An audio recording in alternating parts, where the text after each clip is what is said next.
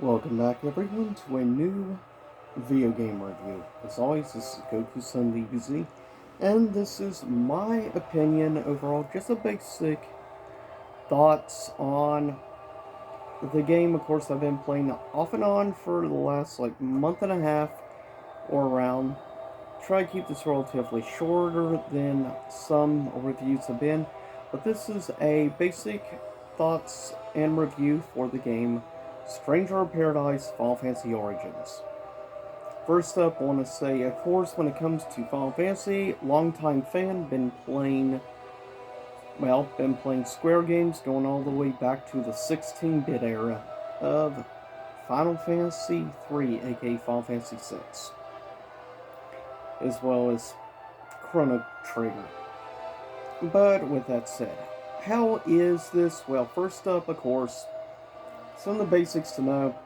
Final Fantasy, or rather, Stranger of Paradise Final Fantasy Origins, is sort of a retelling, I guess you could say, of the original classic Final Fantasy I, originally released in 1987. Been quite a few years since the first Final Fantasy game. Nothing final about it. But with that said, how is the game overall as a sort of reimagining? Unlike the original game, which of course was obviously a turn-based combat system JRPG, this is more of a hack and slash type of game. I've seen a lot of people refer to this game more as a Souls-like, especially by individuals such as Yahtzee, Zero Punctuation, and At the Escapist. Um, to an extent, I see where they're coming from, especially with some of the creature designs and everything in the game, and the darker, more realistic, um, and brooding tone and stuff elements to the game. I can see how somebody would get the idea of it being a Souls-like, especially since a big amount of the influence. The first thing to know about the game is, of course, this was not a solely, strictly Square Enix done game. Square Enix was involved, but overall, the game was predominantly developed and executed by Team Ninja, as well as, of course, other individuals from Tecmo. But Team Ninja was the main ones responsible for the game, um, and that can obviously is very well noticed. Like mentioned, it's being called Souls-like, though its major influences were not actually Dark Souls or Demon's Souls. Instead, it was more heavily influenced by another game which Team Ninja developed and did, in fact, two games down the series. Of course, they themselves are referred to as Souls-like. And yes, they're definitely very Souls-like. Like, you can't pause the game or anything like that. Specifically that game, and that game is Neo 1 and 2. Neo 2 luckily went more on its own, and more that Team Ninja did more of their thing with it, making it a lot more over the top with the combat, and a transformation into super modes and things. Definitely heavily inspired by other previous projects that Team Ninja has actually been involved in.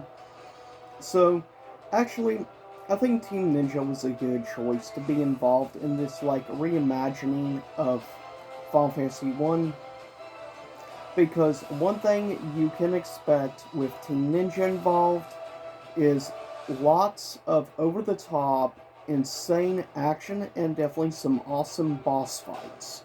You can always expect these things with Team Ninja involved, and that the combat is going to be usually very fluid, very fun, and a great flow overall to the gameplay. And I can't agree more with that. That is where this game, Origins, excels in, is the gameplay. The hack and slash gameplay is superb. But then again, we're talking about Team Ninja, which has been involved in, many respected franchises, such as, of course,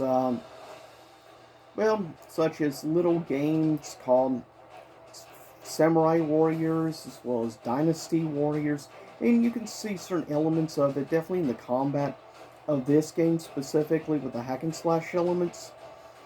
But also the presentation overall is really good. There's definitely occasionally sometimes you'll definitely see some issues here and there graphically with cutscenes.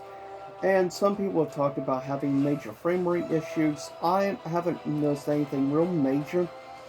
And keep in mind that I'm doing my playthrough on PS4 Pro because I don't have any of the next gen or whatever you want to call current gen, whatever. I don't have a PS5, but the game runs very good on the PS4 Pro, surprisingly well, though there are occasionally some issues with graphics. But the actual gameplay itself is very well done, very well executed, and I expect nothing less given how solid games like Neo are. Like I said, the Warrior games, but the fact is, also, keep in mind, of course, Team Ninja is involved in one of my personal favorite fighting game franchises of all time, Dead or Alive. But I will say the single, I think, biggest influence combat-wise and definitely certain designs like betrayal of some of the boss fights and everything in this game. For me, I think the heaviest amount of influence is another little franchise that some people may know Team Ninja for better.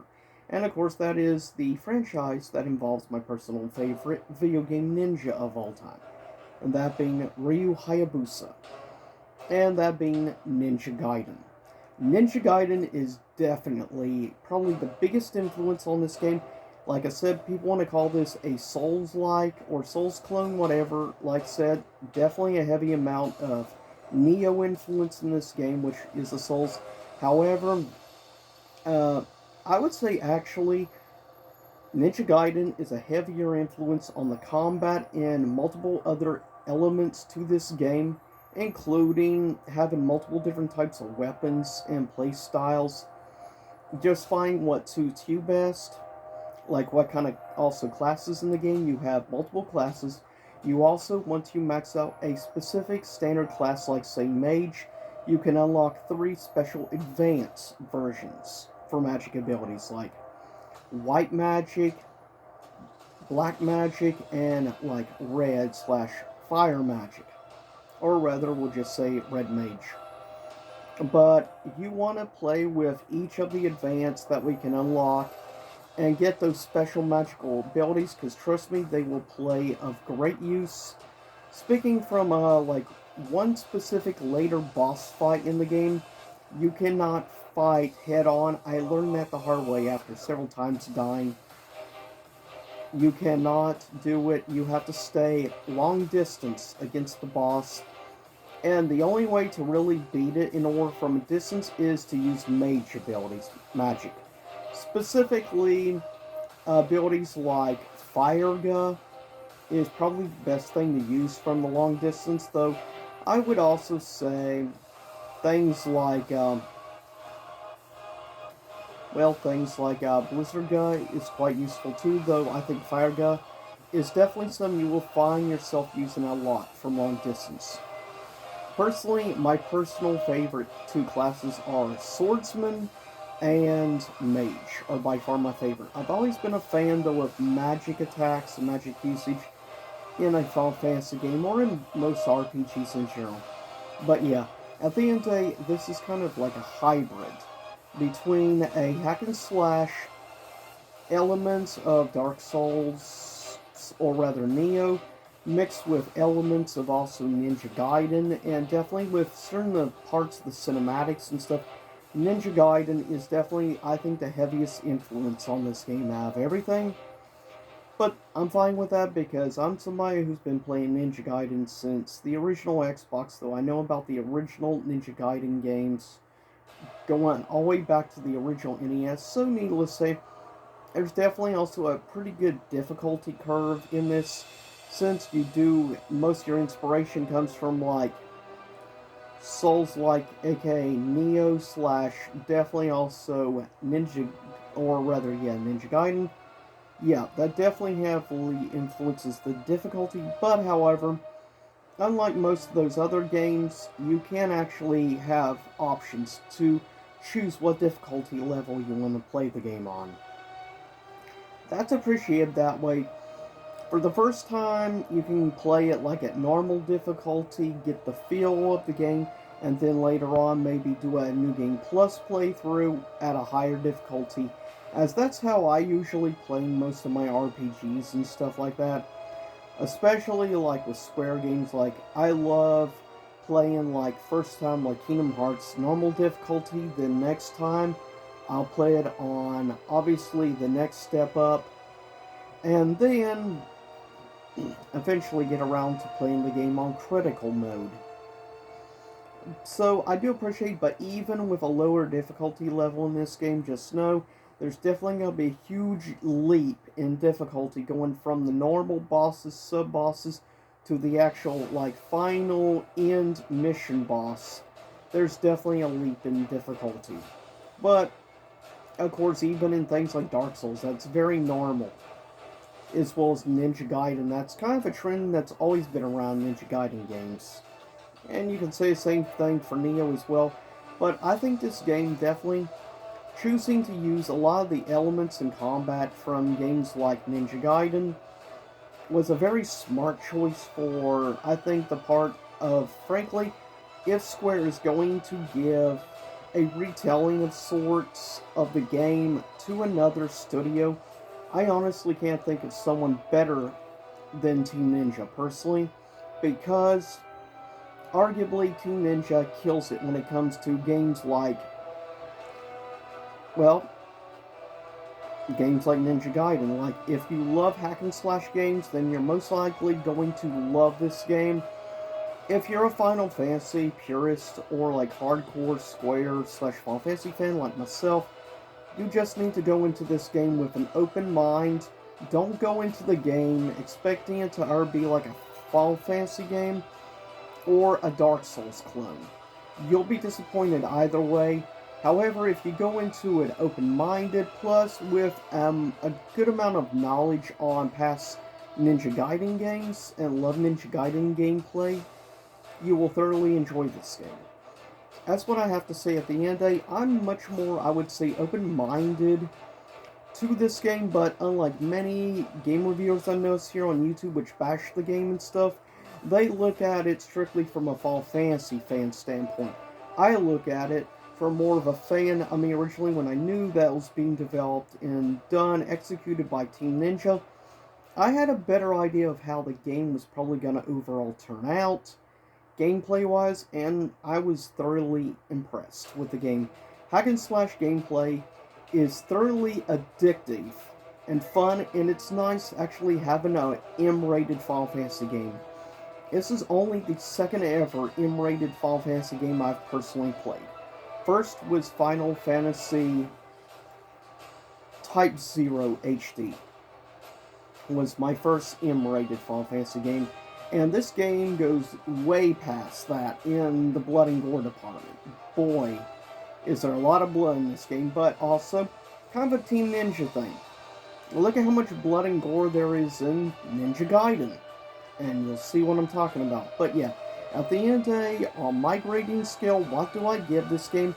Though there are a few issues, maybe here and there I've had, overall, it won't get an A+, but I'm going to give this game a flat A. Just shy of an A+. I think this game is genuinely very addictive gameplay, and I can see myself going back probably later this year maybe and doing New Game Plus. But yeah, this is a fun game. I really enjoyed it.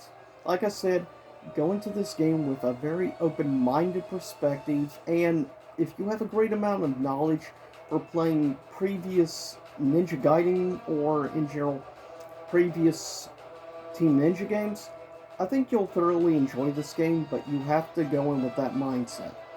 Speaking as someone who's been playing Team Ninja games for 24, 25 years, I've been playing Team Ninja stuff, gone all the way back to the late 90s, so it definitely helps me with my amount of knowledge and love for Team Ninja. But with that said, I'll see y'all next time. It's same YouTube time, same YouTube channel. Stay safe out there. And I hope if you have any thoughts, please leave a comment, like, subscribe, and give me your thoughts. If you played the game, what is your personal favorite character to play as? Or rather, personal favorite character in the game? Also, just quickly mention, like many other Souls-like games, you will be constantly picking up lots and lots of loot, whether it be weapons, like shields, or whether it be clothing with stats and augments, which is very common in Soul-type games. Just know, on average, I probably at least 3 times the mission will go in and change certain stuff just to increase my stats overall. And it also some stuff will also help affect and increase your effectiveness at the job you're currently doing, the job system. But that's where I think this game really excels, is in the combat and the job system. Those are the 2 biggest positives for me in this game. And I actually thought for the most part the voice work was good. I also love the fact that the voice of Garland was obviously done by Christopher R. Sabat. As a longtime Dragon Ball Z fan, pretty big deal to me. So it's great getting some really distinguished and well-known voice actors for the game. But with that said, I'll see y'all next time. See you again, and, well, I'll be curious to see what some people's thoughts are on this game. As I said, I thoroughly enjoyed it, but to each their own. See you soon enough.